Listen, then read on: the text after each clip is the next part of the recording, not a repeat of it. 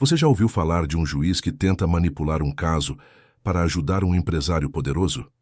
Pode parecer surreal, mas foi exatamente o que aconteceu em um tribunal no Rio de Janeiro, em 2018.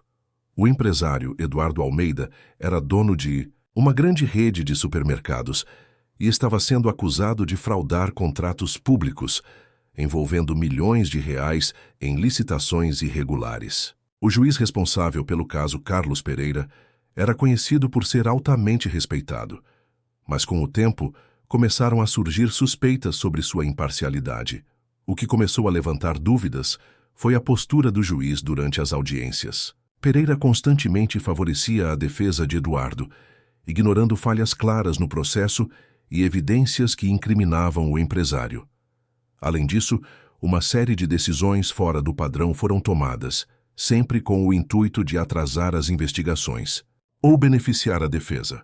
Era claro para muitos, mas não para todos, que o juiz estava sendo influenciado. No entanto, ninguém sabia até que ponto esse favorecimento poderia ir. E aí entra a figura de nosso protagonista, o advogado José de Souza, um veterano de 72 anos, especializado em direito penal e com mais de 50 anos de carreira. José, um homem calmo e de fala serena, foi chamado para defender a parte acusatória, a Prefeitura do Rio, que alegava prejuízos significativos devido às fraudes de Eduardo.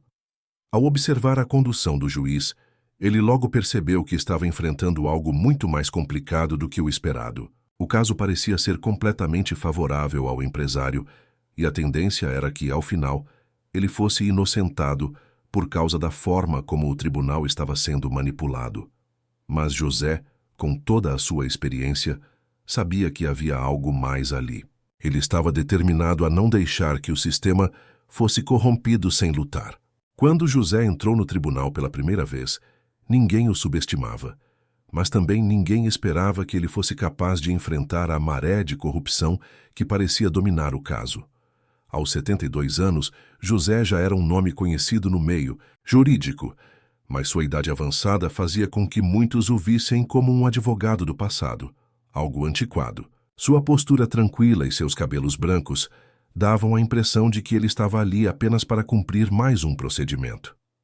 Porém, o que ninguém sabia era que José já tinha visto de tudo nos tribunais e sabia que, muitas vezes, o que parecia ser uma causa perdida poderia se transformar em uma vitória surpreendente. Ele sabia que o juiz Carlos Pereira estava, de alguma forma, comprometido com Eduardo Almeida. Mas, como um bom estrategista, José não se apressou em acusar diretamente o juiz. Ele optou por uma abordagem mais sutil, observando cada movimento, cada decisão, cada detalhe que pudesse jogar contra o empresário. Desde o início, José percebeu que havia algo estranho no caso.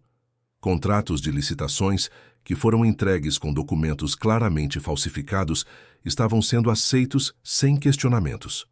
Algumas provas cruciais estavam sendo sistematicamente ignoradas, mas o que realmente chamou sua atenção foi uma irregularidade que passava despercebida por muitos. Um dos contratos de fornecimento de alimentos para escolas municipais tinha uma assinatura que não batia com o padrão das assinaturas anteriores. Algo tão pequeno, mas que para José era a chave para abrir a caixa de Pandora do esquema de corrupção que envolvia Eduardo e, possivelmente, o próprio juiz. Ele sabia que seria uma batalha difícil, mas estava preparado para o confronto. José começou a reunir provas, questionar testemunhas e se aprofundar nos detalhes das licitações fraudulentas. Ele tinha em mente que, para desmascarar Eduardo e o juiz, precisaria usar toda a sua experiência, técnica e paciência. O caso estava se arrastando por semanas, e a cada audiência parecia que a vitória do empresário estava mais próxima. O juiz, Carlos Pereira, continuava fazendo vista grossa às provas contra Eduardo, e a defesa do empresário estava cada vez mais confiante de que ganharia.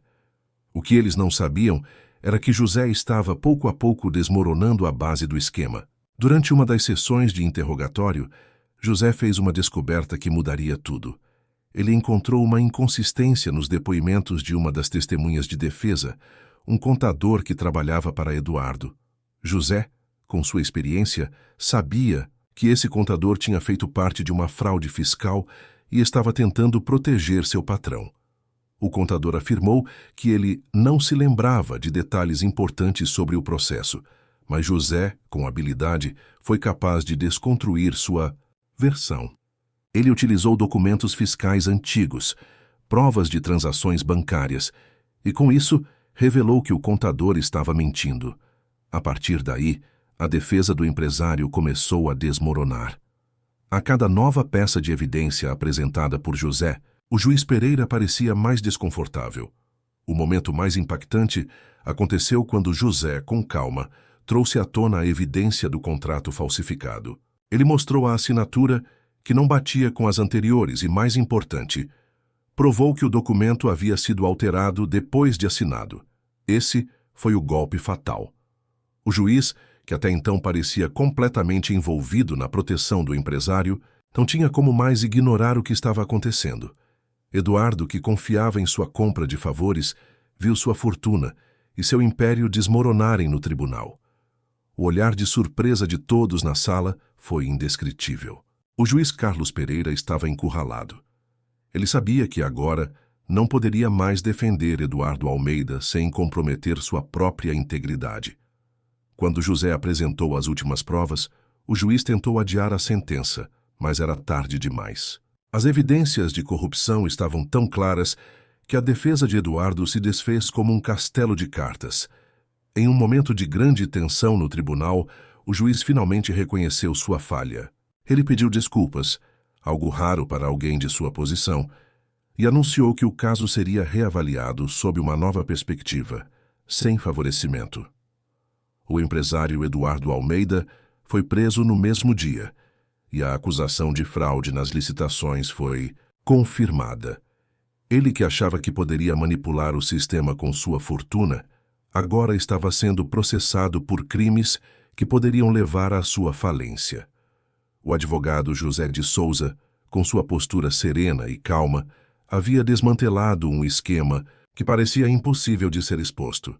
Ele não apenas venceu o caso, mas também trouxe à tona a corrupção que contaminava o próprio tribunal. Este julgamento se tornou um exemplo claro de como a ética, a experiência e a paciência podem prevalecer mesmo quando o poder e o dinheiro tentam influenciar a justiça.